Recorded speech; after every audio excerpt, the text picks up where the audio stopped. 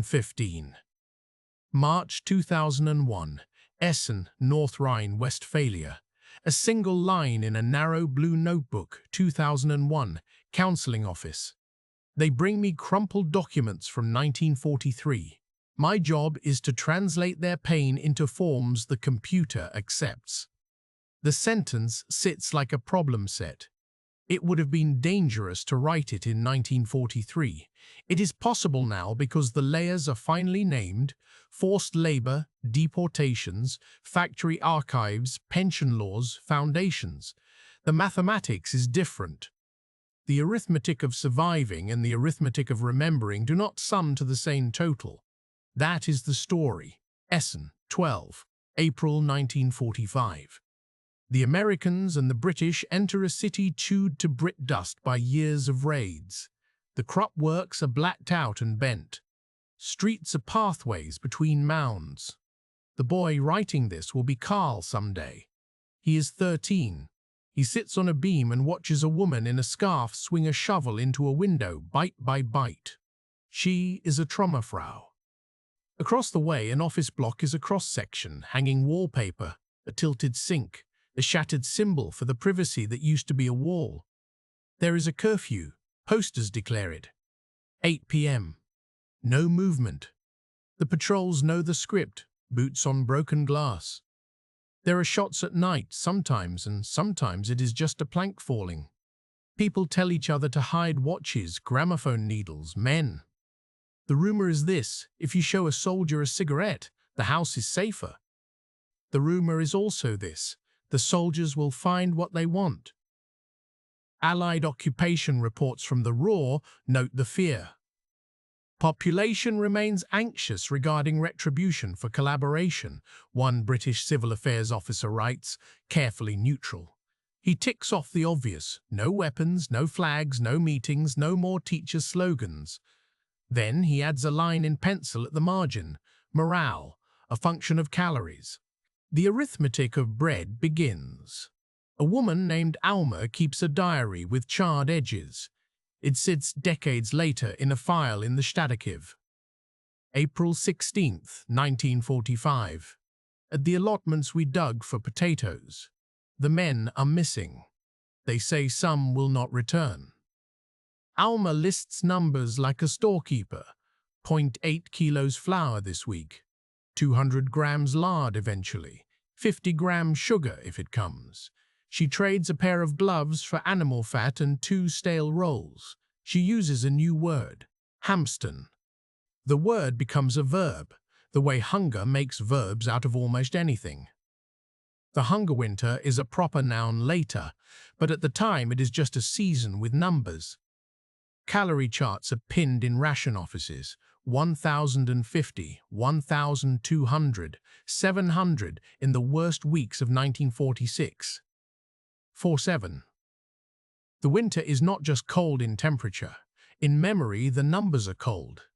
In the British zone, a man writes to his cousin on thin paper: "We chew Steckrüben until our mouths are a pig's."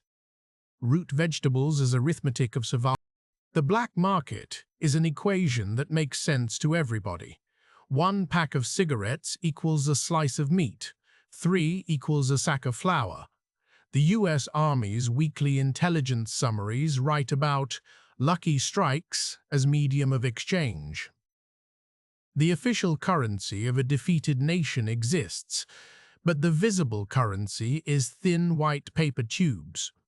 Carl keeps a cache of strange coins in a box. They have no official value, but they keep things moving. His mother says, "We will not show them."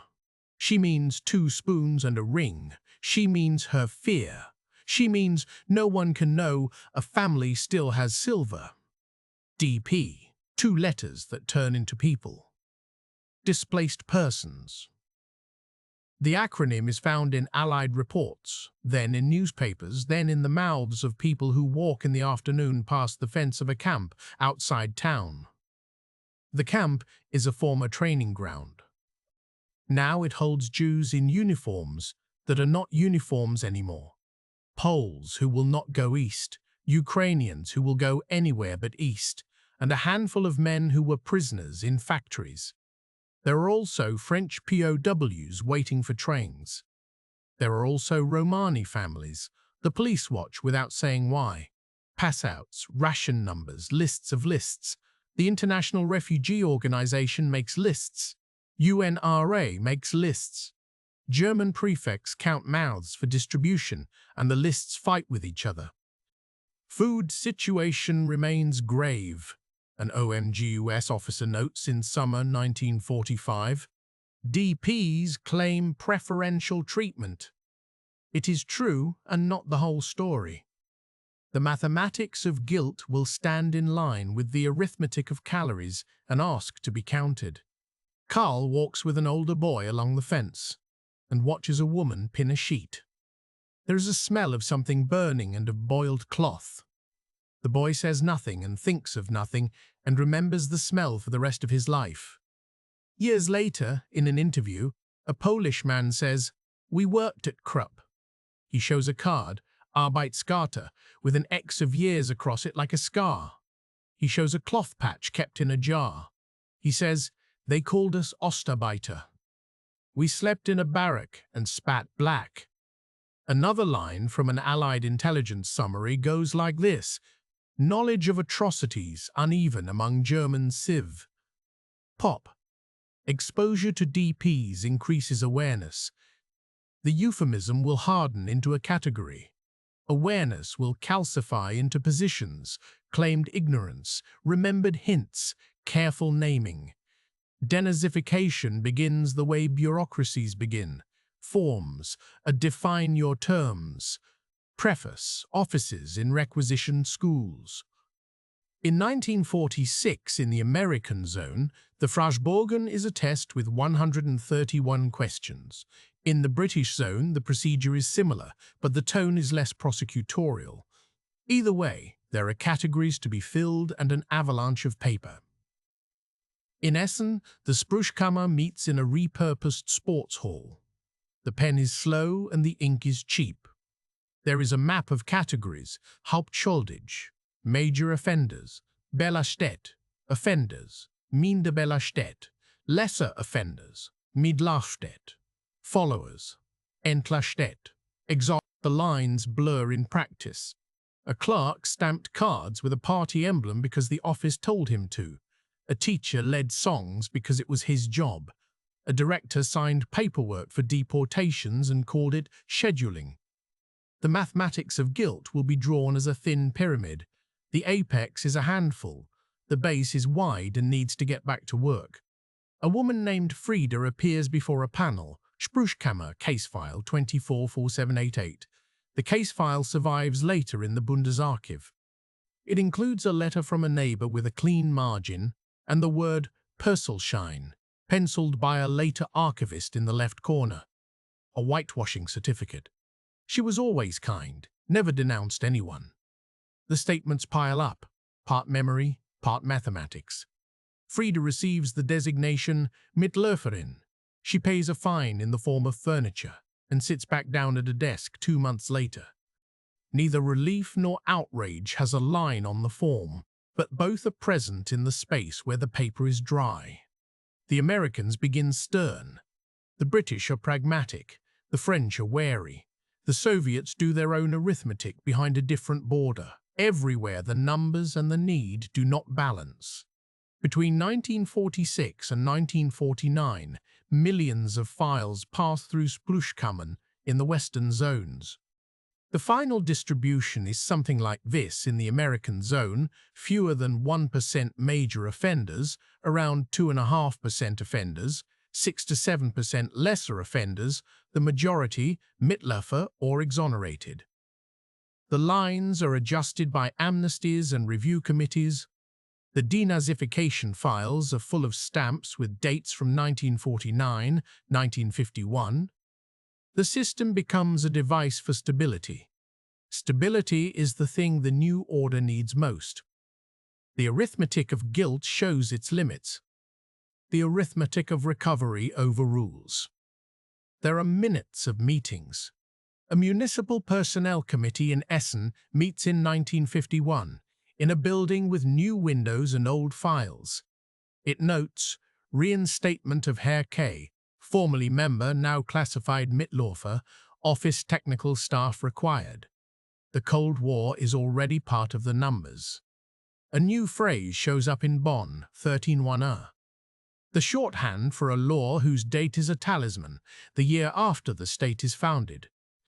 The law for the regulation of the legal position of persons falling under Article 31 of the Basic Law becomes a door for men whose careers were cut at the wrong time. Force multipliers are no longer artillery or machine guns. They are mid-level bureaucrats with motor skills honed by a decade of form stamps. Expellees arrive. The word is both accurate and a veil, and the train cars carry the proof to towns that have not felt shame about what went on elsewhere. In 1945 and 1946 and 1947, millions of Germans from East Prussia, Silesia, Pomerania, and the Sudetenland come west with sacks, sometimes with nothing. Swedish charity soup is not enough, so the arithmetic of rooms comes next. Zuteilungsschlüssel, the allocation key, is posted in town halls. A family with 2 rooms is told it now has 1. A kitchen may be shared.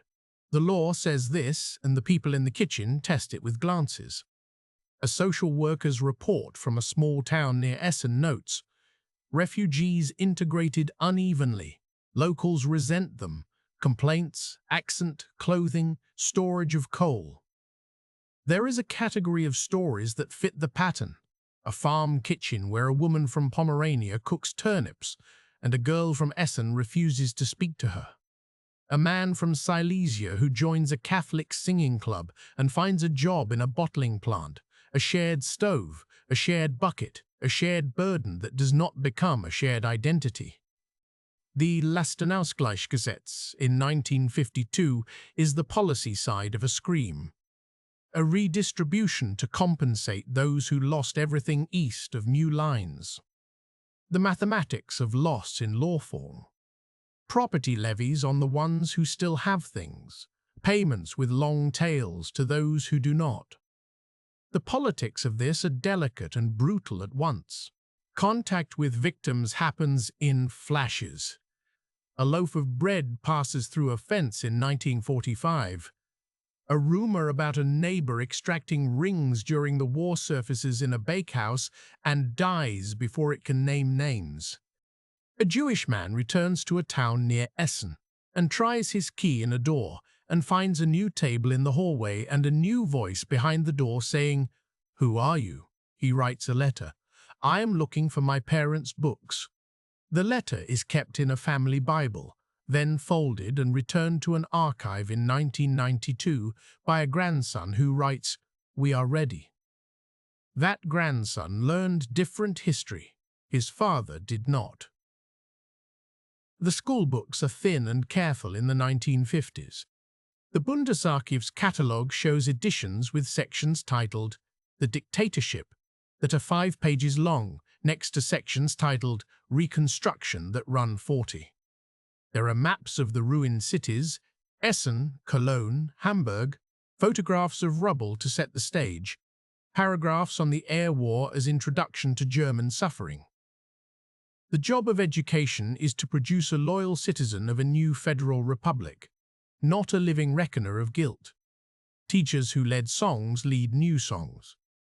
One man who wrote Sieg Heil on blackboards writes, "Federalism means the next year." He does not change his voice. Karl's father does not return. A letter with army stamp and multiple postmarks arrives in 1947 with the word vermisst, missing. The category is a permanent pretense of hope. In 1950, Karl's mother goes to a church office and signs a paper that shifts the family from one line to another line on a chart. The document is called a death declaration 3 years after a presumed date. Statistics need to cohere even when people do not. The currency changes on 20 June 1948. It happens in a line at a schoolhouse for distribution of new notes. The Deutsche Mark, neat bills that smell like glue, in small packs. There is a sense that something invisible has been turned off and something else turned on. Ludwig Erhard's name becomes a metronome. Shops fill their windows the next morning. People who hoarded show themselves. The black market moves aside because the arithmetic makes less sense now. 1 DM can buy something real. The cigarette loses its throne. The hunger ends in charts before it ends in bellies, but the curve goes up. Children gain weight. Carl watches crates marked ERP, European Recovery Program, come off trucks in summer 1949. Powdered eggs, condensed milk, sacks of grain. Marshall Plan posters show strong arms holding wheat and look like prayers rendered as propaganda. A British officer meeting minutes says, "Food is primary, denazification is background hum." The line is not in the public report. It is a truth told only on onion paper. Work is the logic and the therapy. Krupp returns to a new legal form, its old surname unchanged in sermons. A steel plant hums under new management in a world where coal and coke and ore are counted with allied observers in the office. The International Authority for the Ruhr is a distant board to workers, but a close smell at the chimney. Karl is 17 in 1949, goes to a municipal office to be a messenger, then a clerk. He sits at a desk procured from a closed-party office. He learns to stamp and to smile in a new way. He studies at night to pass the exams for a permanent civil service post. He will be a small function in a large plan. The mathematics of a life that will not make headlines. There are unspoken bargains. Office gossip in 1952 includes, Herr D was in the SS, and the reply, he knows how to keep accounts. The police chief is exonerated and promoted. The councilman who once wore a brown shirt now wears a dark one. A CV left in a drawer reads, Party member 1937-45, and is silent on what kind. Another reads, Front Fighter Eastern Front, Decorations, Iron Cross. The badge is not on the lapel. It is in the invisible part. It is impolite, Karl's superior says, to ask what is not necessary. Necessary is defined by the needs of industry and order and NATO and the flow of dollars. The Cold War begins with rumors and maps, then slices into life as a habit. A U.S. political officer visiting the Ruhr in 1950 writes, population anti-communist but wary of rearmament. The Korean War begins and there are contracts for steel. The economics of war arrive as orders. The sentences on order forms crisp and legible. The narrative of a local paper, 1953, will read, Production surpasses pre-war levels, unemployment decreasing, rationing ends. There is a photograph of men in caps smiling under a hoist. The captions do not include their pasts. The hidden part of the caption is this, many once wore different caps. Karl gains a job with a new title, Sachbearbeiter. He handles housing allocation first, then pensions. In 1952, an eastbound train arrives with expellees from the Sudetenland. The mayor says welcome, and the baker raises prices. A new law organizes the arithmetic, 30% of housing to be held for newcomers. An argument breaks out at a stairwell about a pram blocking the landing. The police report is neutral. Dispute resolved peacefully. Svenja, an expellee from East Prussia who will later be a teacher, writes in a 1984 oral history, We slept 8 to a room that was not even ours. The curtains were ours. We brought the curtains. We hung them like a statement. The locals call the newcomers refugees, as if they are foreign and not German. The newcomers call the locals lucky. The lucky feel accused. The state puts lines on paper to divide benefits. The lines become wounds. Contact with victims becomes formal when the courts convene trials. The word Auschwitz is in the newspaper in bold in 1963 in a way it was not before. The Frankfurt Auschwitz trials make a major headline in the Süddeutsche Zeitung, but sit on page 3 in the local press in the Ruhr. There are interviews with survivors. Germans hear what they say. The hearing is a public event and a private experience. Karl reads the reports at his desk during lunch. He turns the page with a greasy thumb. He feels something in his stomach. He does not take it home. The students in 1968 have the truth in their mouths as an instrument. They shout at men like Karl's bosses in lecture halls, accusing voices amplified by microphones. Karl goes home on the tram and reads to his daughter about a rabbit and a bear. The arithmetic of living requires this separation. A teacher invites a class to a Dachau memorial in 1974. The schoolbook has changed. There are photographs of gates and tracks, and paragraphs on words that were not printed 2 decades earlier. Genocide, perpetrators, complicity. The teacher is the same teacher who taught Karl's class. He has learned enough to keep his job. Karl's daughter writes an essay, "Never Again." She is praised. Her father feels the distance as both luck and a splinter. He says nothing. Silence is not ignorance. Silence is a practice. It is a way to keep the machine of a small life running. He buys a Volkswagen on credit in 1972 and keeps it polished. He saves for a holiday to Italy.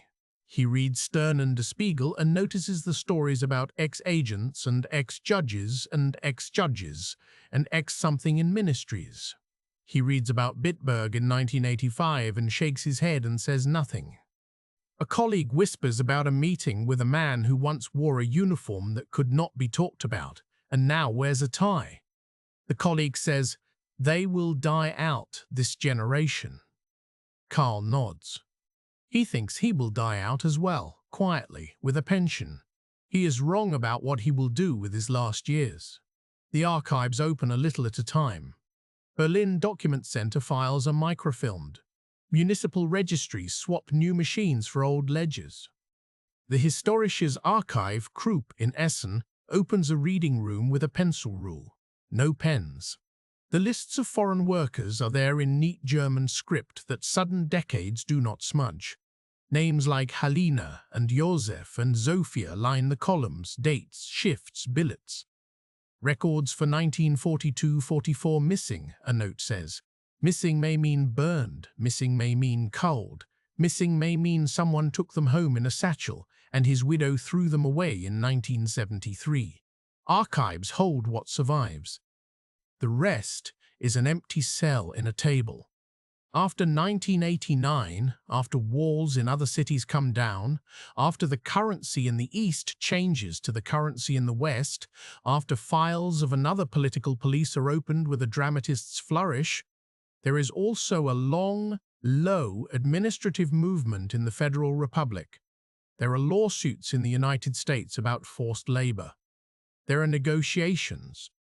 There is a foundation. The name of the foundation is a sentence that includes a promise and a memorial and a future in one phrase. Erinnerung, Verantwortung und Zukunft. Memory, responsibility, future. Every word is a math problem. Who is included? What is owed? How do you calculate pain into a payout that can be printed and mailed? Karl is 69 in 2001. He has retired from municipal pensions. He works part-time in a counseling office connected to a welfare agency because he knows forms, because he knows where to mail things, because he likes to be useful, and because he knows what his hands can do. The office is in a building that used to be a bank. The sign is discreet. The people who come bring documents folded into old envelopes. The envelopes are from another time. Some still show addresses in Cyrillic. Some hold cloth patches, paper scraps, tiny photographs of people with eyes that do not look at the camera. 2001 Counseling Office. They bring me crumpled documents from 1943. My job is to translate their pain into forms the computer accepts. He writes it in his notebook. He reads it once. He closes the notebook and begins. The first man is Polish, 81. His hands shake when he places a pay slip on the desk. The slip lists hours, deductions, a wage that paid for nothing because the people who paid him also confiscated what he bought in the camp. Carl scans the slip and enters a new case number. The foundation has categories. People in camps count for more than people in barracks. Industry versus agriculture, where you slept, where you worked, whether you were half Jewish, a quarter, whether you had children with you, whether you were a prisoner of war or not, whether you tried to flee and were punished. The mathematics of eligibility has rules. These rules are written by committees and negotiated across board tables between government and industry, and lawyers and the representatives of survivor groups. The rules are clean, the lives were not. If you were taken to work in a factory at 16, it is one thing, if at 13 another. If you were paid 10 Reichsmarks in 1943 and could buy a roll of bread once a week, but the roll was taken, the category says something that your stomach remembers more precisely. The man tells Carl a sentence, and then another. There is no long narrative. The story is broken into applications, fields to fill. I was at Gelsenkirchen, the glass factory. He uses the word Wane, the old name for a district. Carl nods and writes 1942-1945, the name of a camp. He opens a drawer to find a stamped envelope from an archive. The envelope holds a photocopy of a payroll register with a woman's name underlined in red. The woman is a different case, but the process is the same. Derivation, cross-checking. The arithmetic is not quite forensic accounting and not quite ritual. It is something else. It is the work of deciding who belongs in which category. He learns names that had been in his city all his life, but not in his ear. Ravensbrück is not a place he visited on a school trip. Bobruck is not a place he knew at all. The Polish man says a German foreman prevented a beating once. He says another one watched a man bleed. The sentences sit next to each other, impossible to reconcile, both true. The Foundation guidelines do not include a line for foreman behavior. They include lines for date of internment, proof of forced labor, type of assignment, health outcome. He enters the numbers. An 84-year-old woman from Ukraine arrives with a grandson who translates. She takes from her purse a small square of cloth. It is the Ostarbeiter patch. The cloth is yellowed, the letters OST in black. She kept it because that cloth was attached to her every day in Germany, and because it was the only proof no one could steal during the decades that followed. Carl straightens it on the desk, then returns it to her. He copies a spelling in Cyrillic and looks up the German equivalent used in payroll lists from 1943. Many names are misspelled on the lists because men with stamps did not care to pronounce names right. The historian at the company archive now cares. He sends Carl a letter. We confirm that a woman with this name worked in Schicht 3 in 1943-44. Her file card is incomplete. We enclose copies. Carl staples. He writes a case number. He writes the amount that the guidelines say will be paid if the panel approves. He writes 5,000 DM in pencil in the corner, reminding himself to remove the number before the man at the counter sees it. He cannot erase a number when he has to say, not eligible. A French man with a prison camp stamp from 1944 that is a prisoner of war camp, not a labor camp. The guidelines say that for POWs, the state of France handled matters after 1945. The Foundation cannot recognize him under this program. The man's eyes are clear and old. He nods once. He asks if there is another fund. Carl hands him a sheet with addresses. He knows it is probably a dead end. He writes a note. Follow up with caseworker at French consulate. The arithmetic of the fund is a limited sum divided into many claims, negotiated and finite, closing when the sum's due. The moral arithmetic is not finite. The accounts do not close. An oral history recorded by a rabbi in 1999 says, "The Germans now are kinder." It sits in the archive next to another recording, a woman saying, "They plead they knew nothing." The two sentences are similar in length and weight. They come from different places. Karl tries to hold both and not collapse into either. Charlottenburg, April 2000, a press conference. The foundation announces criteria. There are 4 categories with subcategories. The meeting hall is full of cameras. The people who will come to Karl will not hear this conference. They will come with cloth and cards. In his notebook, Karl writes sentences that he does not read out loud. "I told a Ukrainian woman that she could not claim burial expenses for her sister who died in a Wehrmacht brothel in 1944. That is a sentence that could not exist in any schoolbook he read. He writes another sentence. "We found that a man drafted at 17 into organization TOT and then to a factory was considered not eligible because he was a German citizen. He was a child. He was from Lviv. His father was German, his mother Polish. He had no choice." The arithmetic says one thing. He is not the arithmetic. He is a clerk. He sends the case to the panel and marks it. He writes a note. Consider borderline. He knows the panel has rules and pressure. He knows the lawyers read newspapers and count lawsuits. He knows the survivors are dying while they count. He walks back through his city to the tram. The late winter in the Ruhr is wet and grimy and familiar. He passes a plaque on a house. "Here lived and worked Dr. M, 1899–1942. It is a stolperstein, a stumbling stone, a small brass square set into a sidewalk.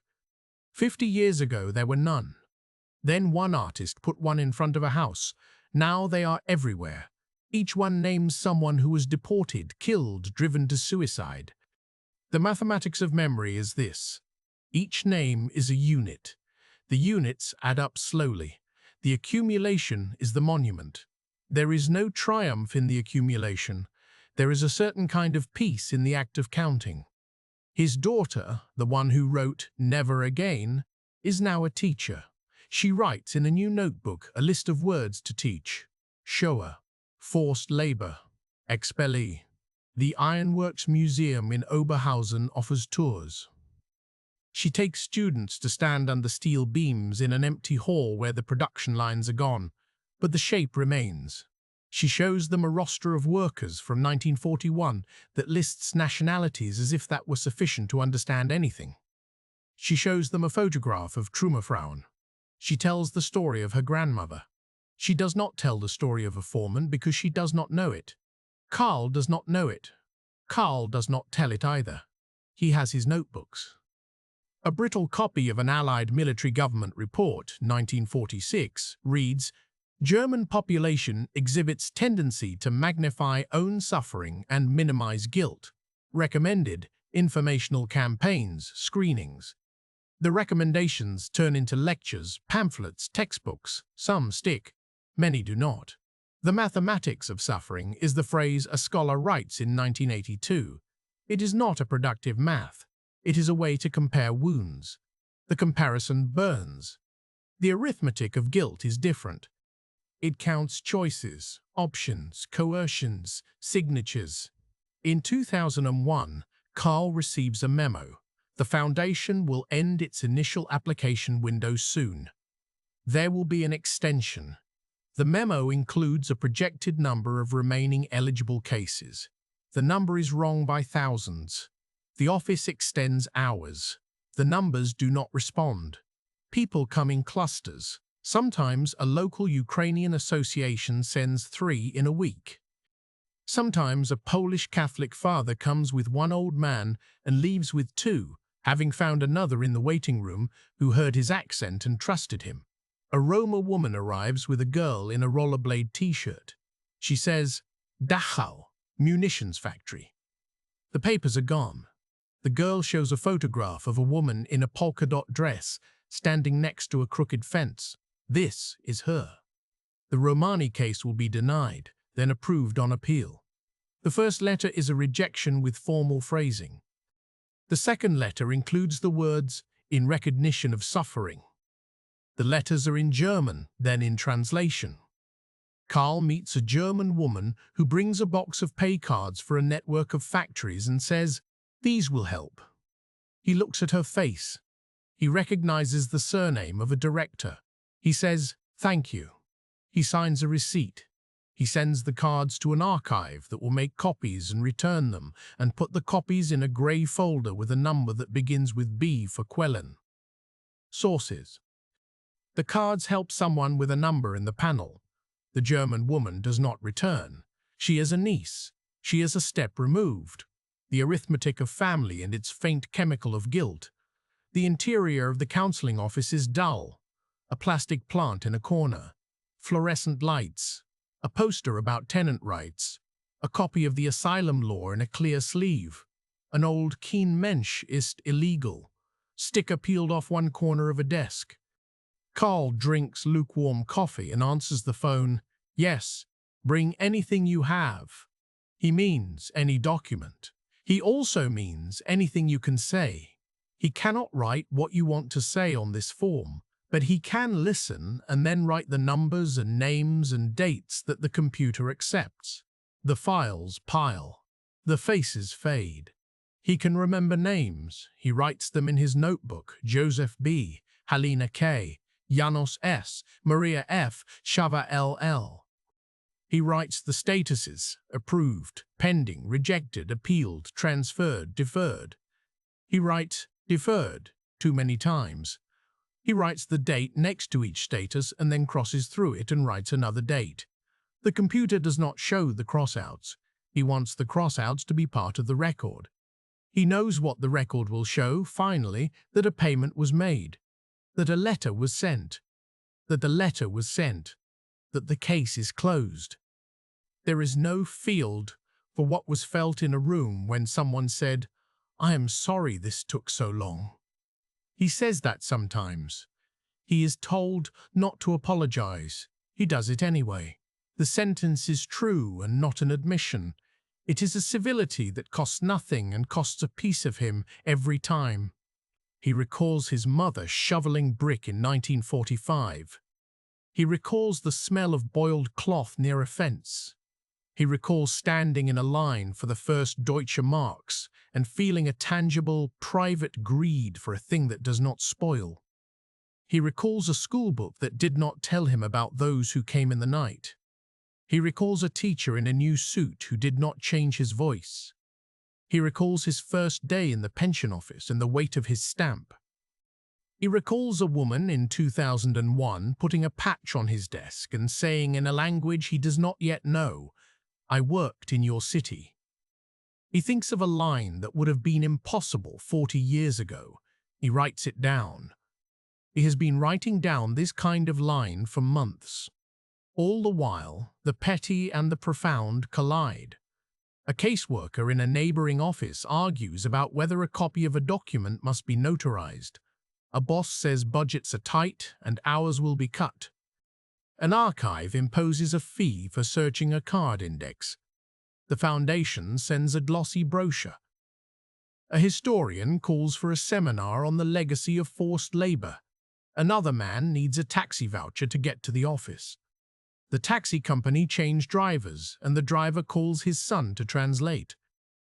The arithmetic of the present is unsentimental. The arithmetic of the past is emotional and bone-deep. The two meet in a lobby with chairs that creak and hand sanitizer that smells like citrus. The final wave of applications arrives just as winter returns. Pallets of files at the foundation offices. Photocopiers hot to the touch. Clerks with headaches. Lawyers weighing definitions. Survivors counting pills. The mathematics of age is irreversible. Every case is a story. Every story touches a system.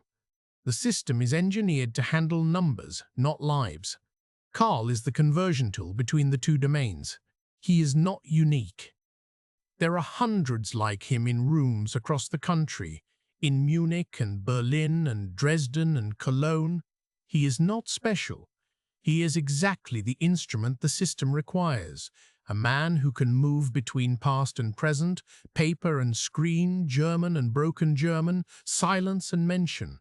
He knows that the narrative of his country is a long accounting in which most lines will never be reconciled. He knows also that now, finally, some of those who were forced to work will receive a payment into a bank account or a check that will be cashed at a window somewhere in Lviv or Luchek or Duch. He knows the check is not the moral equivalent of anything. He knows that it is money, and that money is good, and that it should have arrived 50 years earlier. He knows two things can be true. He thinks of denazification again. He thinks of the Spruchkammer hall with the squeak of a bench, the neighbor testimonies. The neighbor testimonies.